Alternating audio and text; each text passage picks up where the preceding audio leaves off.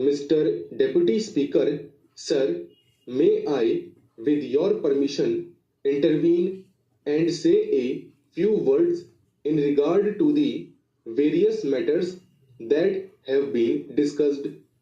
My colleague, the Finance Minister, who is in charge of this particular budget, will no doubt deal with the specific matters that have been raised in the course of this debate.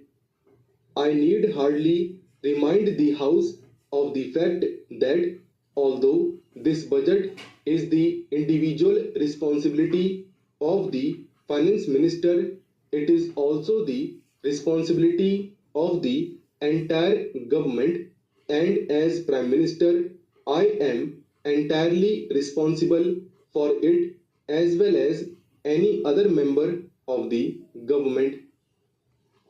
This budget was placed before the House after the usual consideration by the government, and the latter is completely committed to it.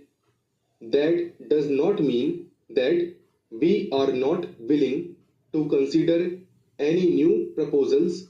We certainly are, so long as the basic structure of the budget is not affected.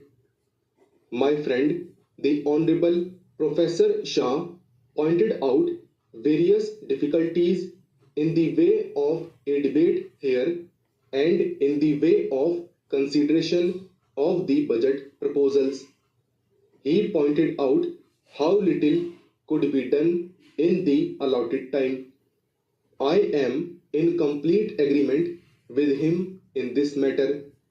If there are any practical proposals which would enable us to give more time for the consideration of these problems, either formally or informally, I am quite sure that the Finance Minister will gladly consider them.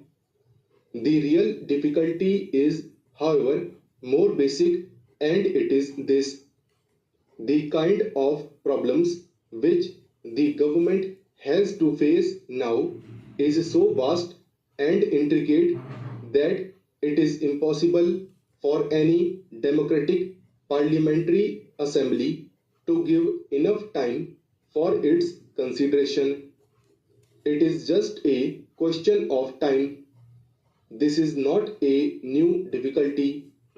I remember that long debates on this subject took place in a country like the United Kingdom, where they found that they could not get along with what is really the 19th century procedure in this 20th century of continuous crisis, social problems, and international problems. So, even parliamentary procedure in the United Kingdom has gradually changed, and many matters are left more to the committees than to the House itself. Usually, a principle is decided by the House and its working out is left to committees. The House cannot find out to consider everything. That is a difficulty inherent in the situation.